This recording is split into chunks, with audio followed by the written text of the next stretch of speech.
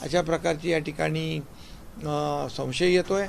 आणि या इंडी आघाडीमध्ये देखील आपण पाहिलं की आम आदमी पार्टी नव्हती, DMK नव्हती, त्याचबरोबर TVK नव्हती, आणि काही लोक तर ह्या लोकांनी बहिष्कार घातला होता, आणि काही लोक तर फेसबुकवर आले, फेसबुक लाईव्ह केला आणि स्वतःचं बोलले आणि दुसऱ्यांचा फेस न बघता निघून गेले।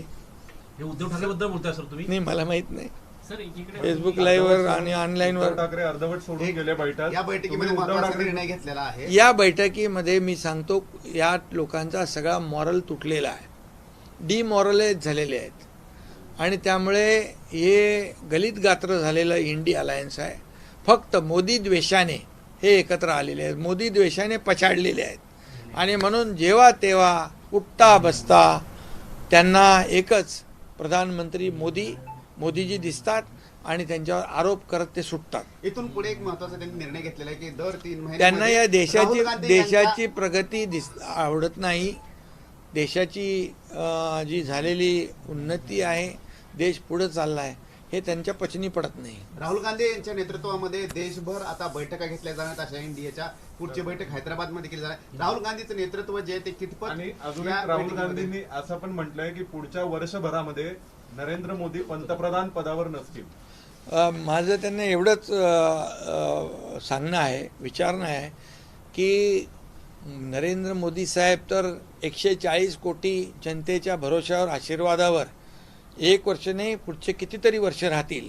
परंतु राहुल गांधी जे बोलतायत की नरेंद्र मोदीजी 1 वर्षाने प्रधानमंत्री नसतील, त्या राहुल गांधींना मी सांगू इच्छितो, विचारू इच्छितो, तुम्ही 1 वर्ष तरी कन्सिस्टंटली सातत्याने देशात तरी राहून दाखवा, सातत्याने काम करून तर दाखवा।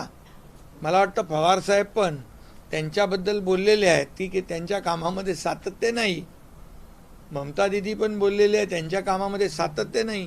त्यामुळे त्यांनी पहिलं त्यांचं सातत्याने या देशामध्ये 1 वर्षभर तरी सातत्याने राहून दाखवा। ते नेहमी उठतात, मध्ये देशामध्ये प्रधानमंत्र्यांची बदनामी करतात, देशाच्या बाहेर गेल्यावर देखील प्रधानमंत्र्यांची बदनामी करतात। हे कसली देशभक्ती आहे?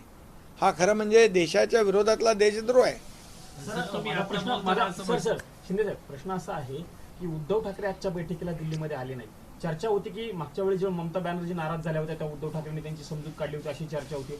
जे उद्धव ठाकरे समजूत काढतात, पुढाकार घेतात, मग ते उद्धव ठाकरे आजच्या बैठकीला न आल्यामुळे वेगळी चर्चा सुरू झालेली आहे। उद्धव ठाकरे हे दूर जायच्या विचारात आहेत का, अशाही चर्चा मधल्या काळात देवेंद्र फडणवीस यांची रात्री भेट घेतली, रात्री SMS केले मिलिंद नार्वेकरांनी देवेंद्र फडणवीसांना।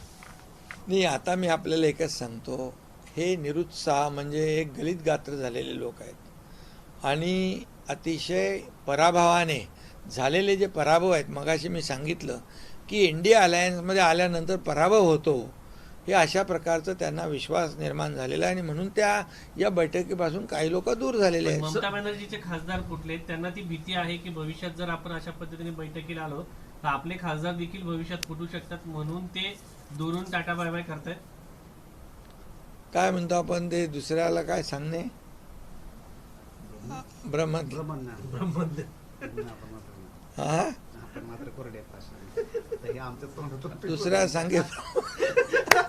दुसऱ्या सांगे ब्रह्मज्ञान, आपण कोरडे पाषाण, अशा प्रकारचं दुसऱ्याला शिकवण्यापेक्षा स्वतः आत्मपरीक्षण केलं पाहिजे, आत्मचिंतन केलं पाहिजे।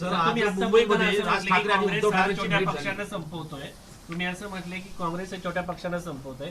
तुमच्या नेतृत्वामध्ये महाराष्ट्रात निवडणुका झाल्या, तुमचे आत्ताच विधान परिषदेला तुम्ही 5 जागांची मागणी केली, संभाजीनगरची जागा तुमची होती, अशी तुमच्या पक्षामध्ये इंडिया आघाडीमध्ये जशा पद्धतीने म्हटलं जाते तसं ते NDA मध्ये पण म्हटलं जाते की भाजप छोट्या प्रादेशिक पक्षांना संपवतोय। बघा, आमची जी युती आहे, महायुती आहे, आमचं गठबंधन विचारधारेवर झालेलं आहे, बाळासाहेबांचे विचार घेऊन आम्ही पुढे चाललो आहे। भारतीय जनता पक्ष आणि शिवसेना एक वैचारिक भूमिका घेऊन आम्ही पुढे चाललो आहे। त्यामुळे बाकी इंडिया अलायन्समध्ये जे स्वार्थासाठी एकत्र आलेले आहेत तसे आम्ही स्वार्थासाठी एकत्र आलेलो नाही।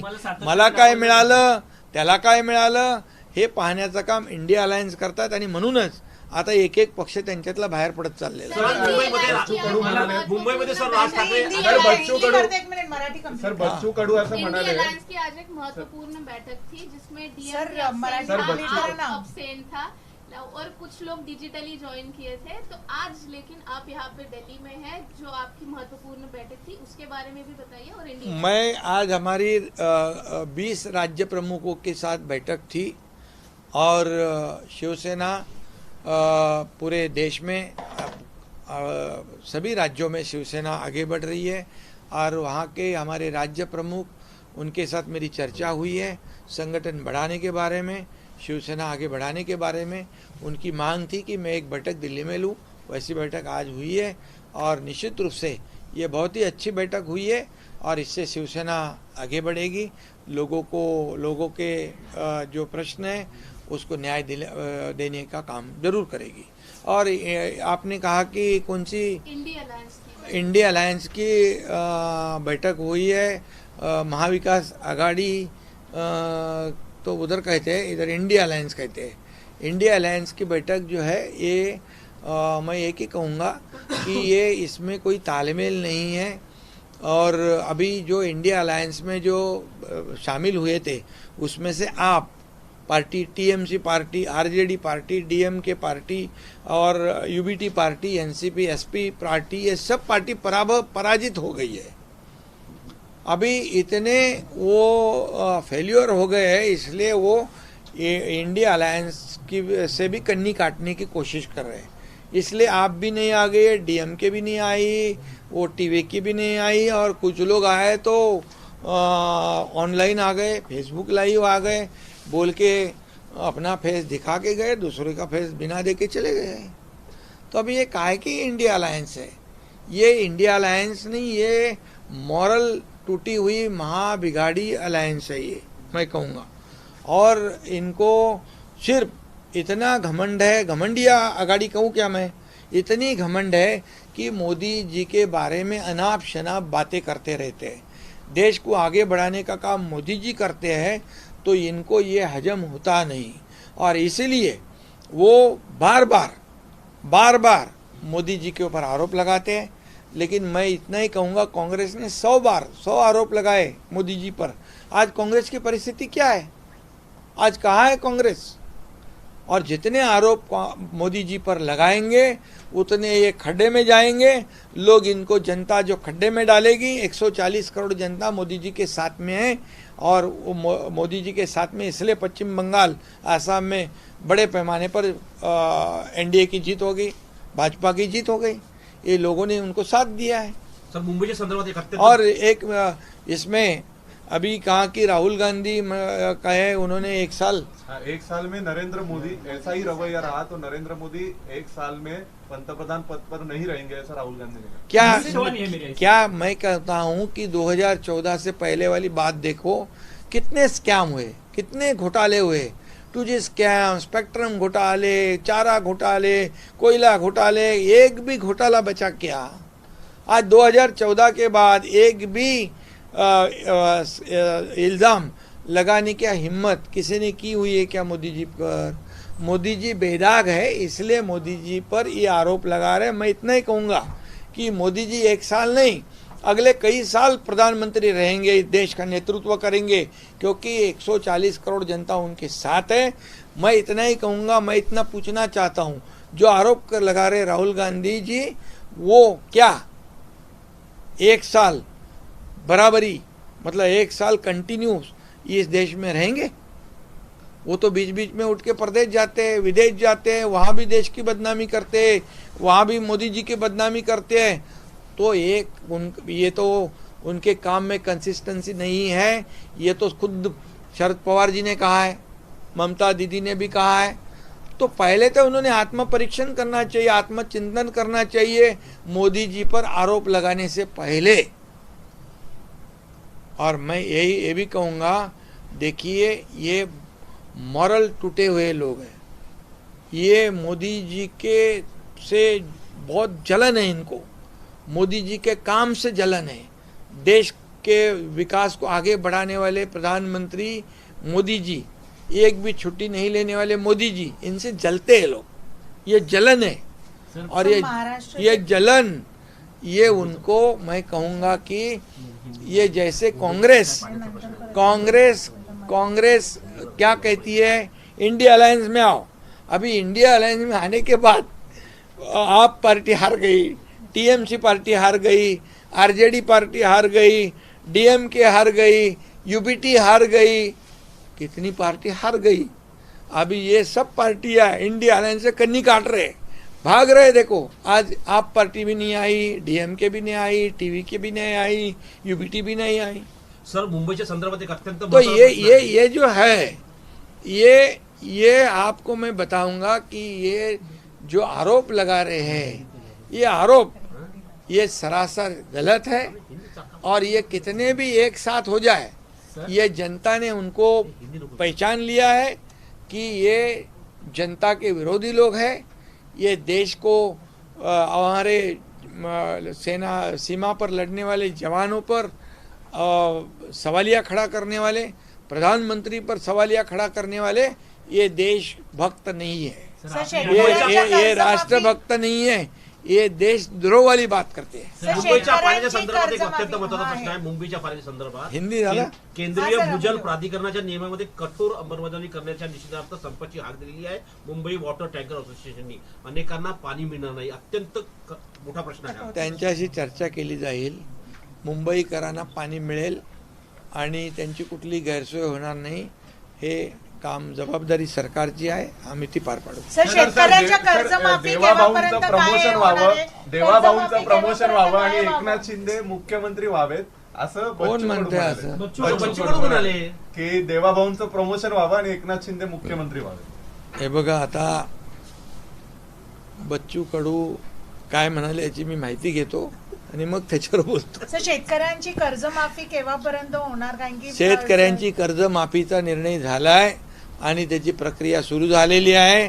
त्यांच्या खात्यामध्ये आता पैसे पडू लागले, त्यांच्या खात्यामध्ये तारीख कोणती पैसे काय अनाऊन्स केली? 30 जूनच्या अगोदर, 30 अगोदर जून सांगितलं पर्यंत जातं, पण लवकरात लवकर पण सांगितलं जातं. नाही, सर. 30 जून पर्यंत आम्ही शेतकऱ्यांची कर्जमाफी करण्याचा निर्णय घेतलेला आहे आणि मुख्यमंत्र्यांनी आता गेल्या बजेटमध्ये, अर्थसंकल्पामध्ये तशा प्रकारची घोषणा केली, त्या लागणाऱ्या पैशाची तरतूद केलेली आहे।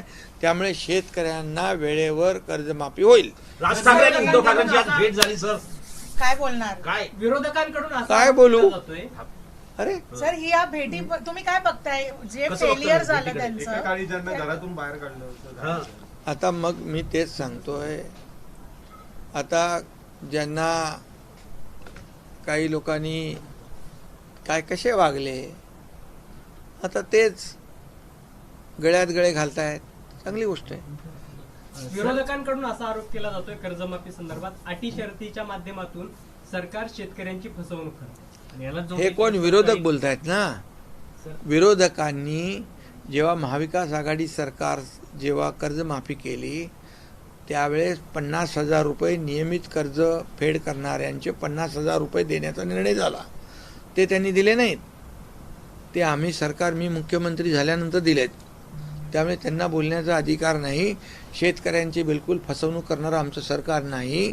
आमचं सरकार शेतकऱ्यांना वाऱ्यावर सोडणारं नाही, आमचं सरकार शेतकऱ्यांचं आहे आणि आमच्या तिजोरीवर, महाराष्ट्राच्या तिजोरीवर पूर्णपणे शेतकऱ्यांचा पहिला हक्क आहे, सर, पहिला हक्क आहे। त्याच कर्जमाफी सर रायगडच्या पालकमंत्री कोण असेल सर? यावर्षी ध्वजारोहण करण्यात त्याच 15 कर्जमाफीतले ऑगस्टला. अनेक रायगड शेतकरी मागच्या कर्जमाफीतले अनेक शेतकरी अजून वंचित आहेत।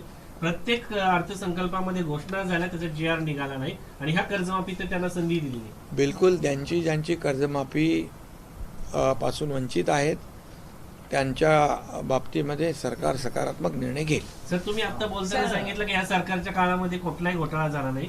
राजेश एक्सपोर्ट म्हणून आहे, एक सोन्याची मोठी कंपनी आहे, त्याच्यामध्ये 15 लाख कोटीचा घोटाळा समोर आला। कुठे आहे ते? आपल्या भारतातलीच आहे आणि त्याला महाराष्ट्राची? सेबी आणि ईडीने, कुठे? महाराष्ट्रामध्ये? हो महाराष्ट्रातली सेबी आणि ईडीने त्याच्यावरती टाच आणली। त्याच्यामध्ये LICचा मोठ्या प्रमाणात पैसा आहे आणि LICचा मोठ्या प्रमाणात पैसा आहे आणि 15 लाख कोटीची कंपनी। असा कुठलाही भ्रष्टाचार घोटाळा सरकार खपवून घेणार नाही। सर सर, रायगडचं इकडे पालकमंत्री जानना कोण असेल? चाहिए. ध्वजारोहण कोण करेल सर यावर्षी 15 ऑगस्टला? रायगडच्या पालकमंत्री बाबतीमध्ये मुख्यमंत्री निर्णय घेतील आणि सुनील तटकरेंच्या खासदार सुनील तटकरेजींच्या बरोबर चर्चा झालेली आहे. ते स्वतः म्हणालेले आहेत मुख्यमंत्री महोदयांशी चर्चा ते करतील आणि त्यावर निर्णय होईल. सर नाशिकचा TMC तिढा सुटेल, MPs नाशिकचा तिढा सुटेल. नाशिकचा तिढा पण सुटेल. आज आपले गिरीश महाजन आणि उदय सामंत तिकडे आहेत. माझ्याबरोबर देखील त्यांची फोनवर चर्चा सुरू आहे. सर एक समय था जब शिवसेना में जो है दरार आके अलग शिवसेना आपने बनाई, टीएमसी में भी अब ऐसा ही माहौल दिख रहा है. 20 MPs जो हैं वो खुद होकर अब अलग होकर बीजेपी ज्वाइन करेंगे या एनडीए ज्वाइन करेंगे पता नहीं है, पर टीएमसी में फूट आएगी. नहीं अभी पता नहीं, मैं भी आपके माध्यम से देख रहा हूँ. अभी ये तो उनके इंटरनल पार्टी का मामला है और हमने तो जो किया है हमने महाराष्ट्र को बचाने के लिए किया था और महाराष्ट्र के आम जनता के मन में जो सरकार चाहिए था वो लाया था और इसीलिए महाराष्ट्र आगे बढ़ रहा है. महाराष्ट्र नंबर 1 पे जा रहा है. हमने जो निर्णय लिया वो महाराष्ट्र की जनता के हित में लिया है आज की बैठक में उद्धव ठाकरे ऑनलाइन दिखे थे. और बाला साहब ठाकरे जी के विचारधारा को आगे बढ़ाने के आज की बैठक में उद्धव ठाकरे ये ऑनलाइन दिखे थे, कुछ ही समय के लिए थे, बोलकर चले गए ऐसे बताया जा रहा है. किस तरह से आप चीजों को देखते हैं? क्या अपोजिशन में यूनिटी नहीं है बिल्कुल. और क्या सीरियसनेस नहीं है? बिल्कुल सीरियसनेस नहीं है, यूनिटी नहीं है. वो जानते हैं कि ये इंडिया अलायंस में जाएंगे, कांग्रेस के साथ जाएंगे तो हम हार जाएंगे और इसलिए ये डर है उनको. जो गए, आप पार्टी गई, टीएमसी पार्टी गई, ये आरजेडी गई, डीएमके गई, यूबीटी गई, सब हार गए और इसलिए उनसे कन्नी काट रहे हैं, भाग रहे. चलो थैंक यू.